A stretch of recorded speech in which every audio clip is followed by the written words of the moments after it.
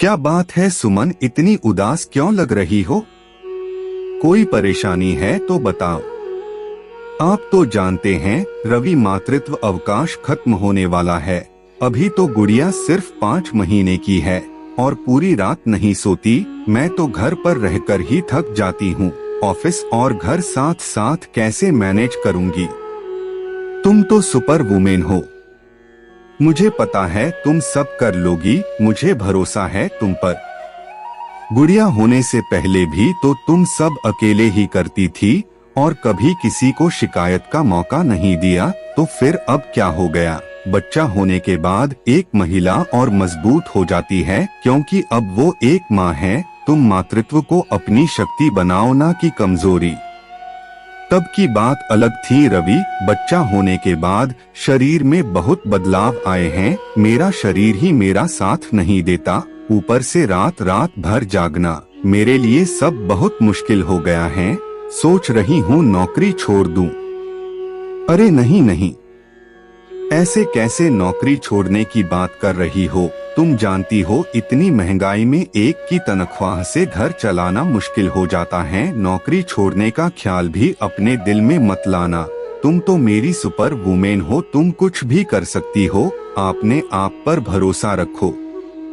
बस यही सब बातें सुमन के अंदर जोश भर देती और वो खुद को सुपर वुमेन समझने लग जाती।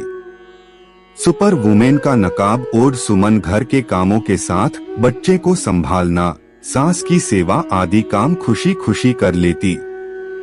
जब कभी शरीर थक जाता तो वो रवि के कहे शब्द अपने मन में दोहराती। तुम ऐसे हार नहीं मान सकती सुमन, तुम तो सुपर वुमेन हो, तुम बहुत टैलेंटेड हो, तुम कुछ भी कर सकती हो। ये शब्द उसके अंदर एक नया जुनून पैदा करते और वो पूरा दिन काम में लगी रहती। कुछ ही दिनों में मातृत्व अवकाश खत्म हो गया। अब सुमन को दफ्तर जाना था। रवि ने सुमन से फिर कहा, देखो सुमन, माँ की हालत तुमसे छुपी नहीं है। तुम जानती हो वो बीपी की मरीज हैं और उनके घुटनों में भी दर्द रहता। इस उम्र में बच्चे की जिम्मेदारी उठाने में सक्षम नहीं है, इसीलिए तुम बच्चे को अपने साथ दफ्तर ले जाओ। तुम्हारे दफ्तर में तो क्रेच भी है, बच्चा के करीब भी रहोगी तो तुम्हें अच्छा महसूस होगा। और तुम फिक्र मत करो, मैं खुद तुम्हें ऑफिस ड्रॉप करके आया करूँगा और वापस आने के लिए गाड़ी लगवा दूंगा। सुमन खुशी खुशी मान गई।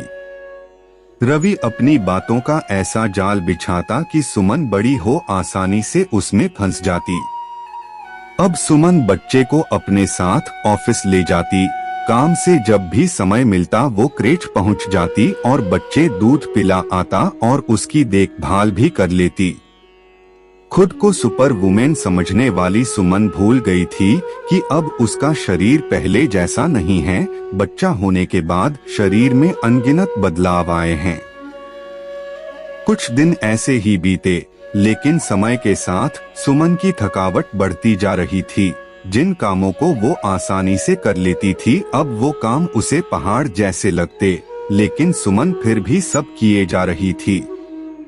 सुमन की हालत उसकी सहेली मनीषा को अच्छे से समझ आ रही थी। एक दिन लंच टाइम में उसने सुमन से कहा, सुमन मुझे गलत मत समझना, लेकिन अभी तुम्हें आराम की जरूरत है।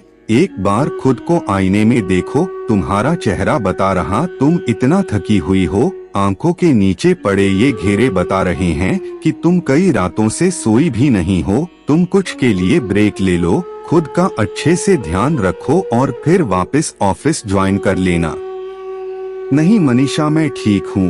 अब बच्चा छोटा है, कुछ परेशानियाँ तो होंगी ना, लेकिन मैं हार नहीं मानूंगी, मैं सब मैनेज करूंगी। रवि तो हमेशा कहते हैं मैं सुपर वुमेन हूँ। इतना बोल सुमन हल्का सा मुस्कुरा दी। सुमन, तुम्हारा हौसला हार नहीं मान रहा है, अच्छी बात है, लेकिन तुम्हारे शरीर का क्या? जो हार मान चुका है, तुम्हें आराम की सख्त जरूरत है। और तुम कोई सुपर वुमेन नहीं हो, एक इंसान हो जो काम करता है तो थकता भी है, जिससे आराम चाहिए।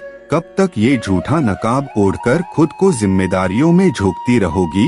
तुम अकेले माँ नहीं बनी हो, रवि भी पिता बना है, तुम्हारी सास भी दादी बनी है। फिर बच्चे की जिम्मेदारी तुम्हारे अकेले की कैसे हो गई? मेरी मानो बॉस से बात करो, वो जरूर मदद करेंगे। मनीषा की बातें सुन सुमन सोचने पर मजबूर हो गई। आज उसे समझ आया कि उसे सुपर वुमेन का खिताब पकड़ा उससे उसकी क्षमता से अधिक काम करवाया जा रहा था। सारी जिम्मेदारियां उसके सिर मंड दी गई थीं और वो खुशी खुशी उन्हें पूरा भी रही थी। उसे रवि की चालाकी पर गुस्सा भी आ रहा था।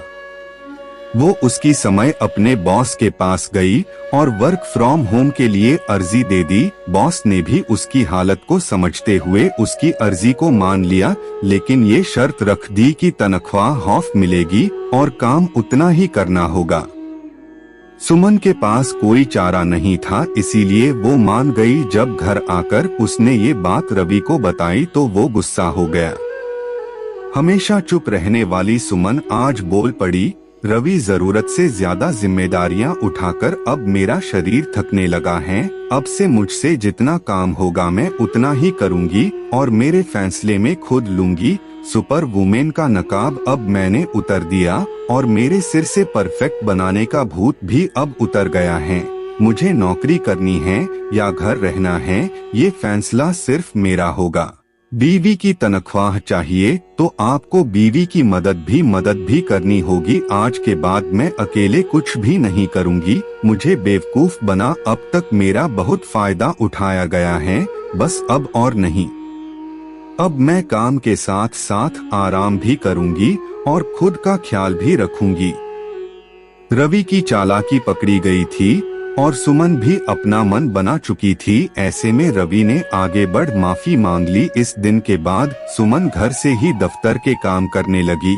उसकी तनख्वाह जरूर आधी हो गई थी, लेकिन अब उसके शरीर को आराम मिलने लगा था। वह खुद को बेहतर महसूस करने लगी थी।